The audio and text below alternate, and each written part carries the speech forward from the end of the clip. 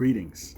Welcome to another episode of the Insightful Living channel, where myself, Stephen Harvey, licensed therapist, just comes on here just to share about a myriad of obstacles and issues that come up often in my practice.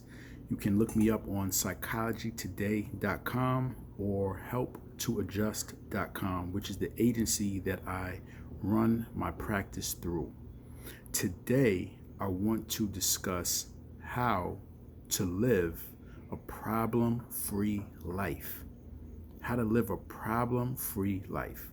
That might sound a little odd to you, okay? But it kind of comes back or connects to that phrase, perception or perspective is reality, okay? So what you may deem or label as a problem, someone else may deem as an indicator or an opportunity to get better, an opportunity to learn, or like I said, an indicator on an adjustment that has to be made. Okay? So just like keep that in mind. Like sometimes we're too quick to label a situation as bad, as negative, just because it didn't turn out how we wanted, just because it wasn't favorable or comfortable. But, we can't be so hasty to label a situation as bad, because what if that situation was necessary to get our attention to turn us in the direction that we need to be directed to? What if that situation was necessary to get our attention to teach us a life lesson that will allow us to fully evolve into the greatest version of ourselves? Okay? I believe that life sometimes just needs to get our attention. And, this discomfort or, a little bit of inconvenience, it's almost like a psychological shock to get our attention, so that now we are open to listen, right? Instead of just, it's kind of like life saying, hey, you're going the wrong way, right? Hey, go that way. Stop doing this, do that. So is that a problem or is that a blessing? Okay, so, it takes practice to think like this, okay? I mean, when you start to think in these ways of looking at life situations as indicators, opportunities to get better, opportunities to learn, like I say, indicators to adjust, then life takes on a whole new meaning, right? You start to feel grateful and happy in situations and circumstances where most people will feel stressed out, saddened, discouraged. You feel like, hey, you know what? Thank you, right? And as you start to cultivate that feeling of thankfulness and gratitude, then, you start to, our feelings are magnetic, right? You start to now draw those same types of feelings back to you, okay? So like it's kind of like whatever is in the mind, whatever you're thinking about in the mind, thankful, your gratitude, you're grateful, right? Then your eyes start to look to validate those thoughts in your physical world.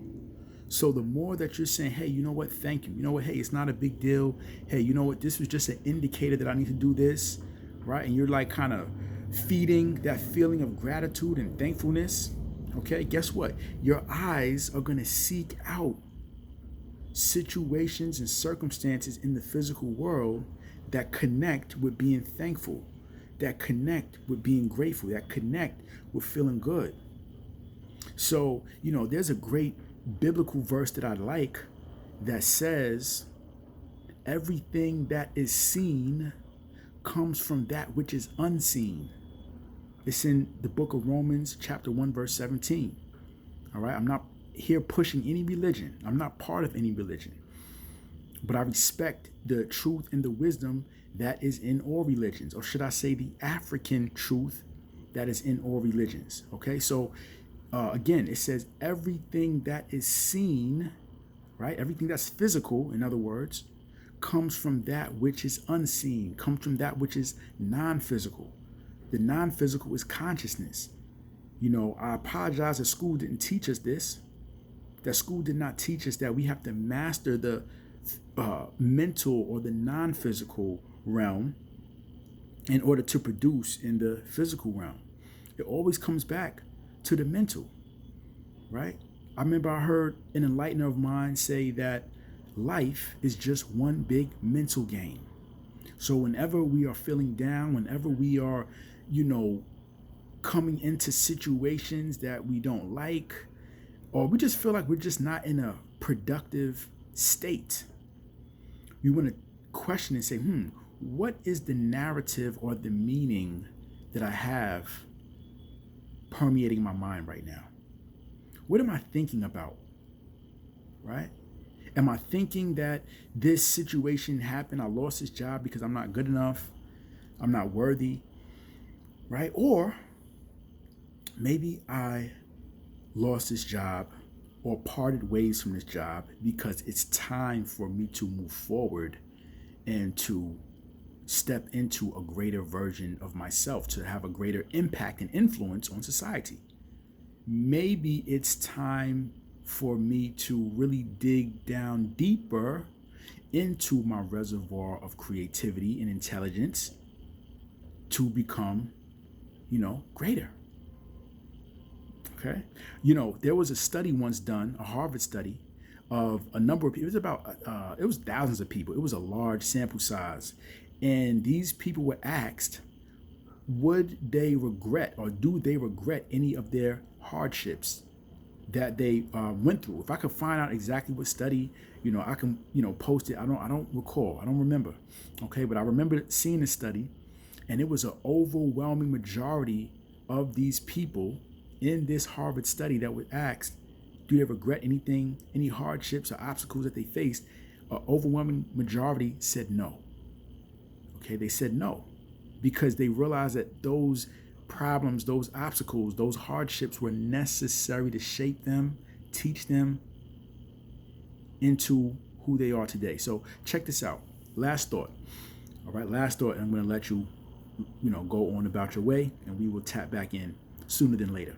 Okay, last thought is, I remember hearing from a great gentleman. See, I'm going to keep saying an enlightener because I learned that it is a great thing. It is a great habit to learn, study, observe the mind of those who are achieving on a higher level than you.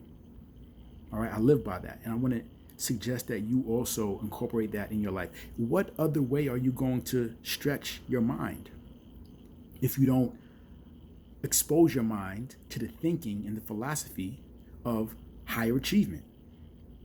Can it just come from yourself? Yeah, I guess it can. But why would you rely on that? And why would you just not open up and expose yourself to higher thinking that connects with higher achievement? Anyway, okay, this individual said, it's not about making a right or wrong decision. It's about making a decision, and what you do after making that decision will determine whether it was the right or wrong decision. So whatever happened in your past, or whatever you are deeming or labeling as a problem, you can actually turn that past trauma into triumph, or turn that situation that you're calling a problem, you can turn it into a blessing by how you respond to it moving forward. You can make it right by what you commit to doing now moving forward, so that you too can have the story that, hey, I don't regret anything, because that problem, quote unquote problem, that trauma is what led me or gave me the convictions or the motivation that I have to do these great things that I'm doing today. So it's not about the right or wrong decision. It's about what we do after making a decision that determines whether that thing was right or wrong. I share, and I'll leave you with another quote.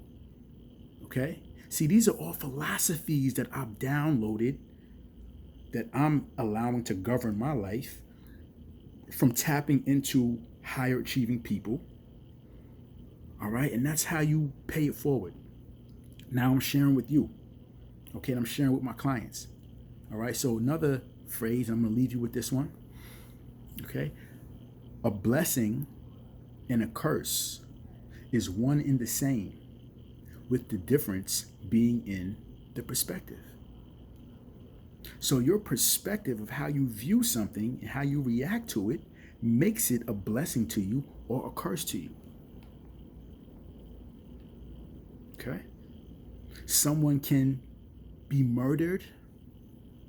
You can look at it in a way that just has you feeling like life is just all about doom and gloom, and you can feel discouraged, and it can thrust you in a place of sadness, depression, okay, or what have you. Or someone could be murdered and it can ignite in you the motivation to do something in society to correct certain behavior or correct certain procedures and systems to eliminate or mitigate that type of behavior. A blessing and a curse is one and the same, with the difference being in the perspective. Some people look at poverty as a curse. Other people look at poverty as a blessing, because it is because of the poverty, it is because of my experience of not having, that motivated me and drove me to do great things, to commit myself to become super wealthy. Some others will say, hey, because I'm in this poverty, I don't have the resources to do great things. Okay, so I just want to suggest to take a different outlook on those situations and circumstances that you label as problematic. They just may be your blessing. All right, it's like, when you go to school, right? Everything in school is not easy and pleasurable. You're going to have lessons sometimes that are challenging. Does that mean it is something bad? No, it's for the greater good of your education. Just like life. You're going to have some pleasurable experiences in life. You're going to have some unpleasant, hard experiences in life. It's not that it's bad or it's any life coming after you or the devil or all this type of stuff. It's just basically for the greater good of your personal growth and development. That's it. Okay, that's it today. Have a wonderful, blessed day. Thank you again for tapping back into the Insightful Living channel. Until next time, peace.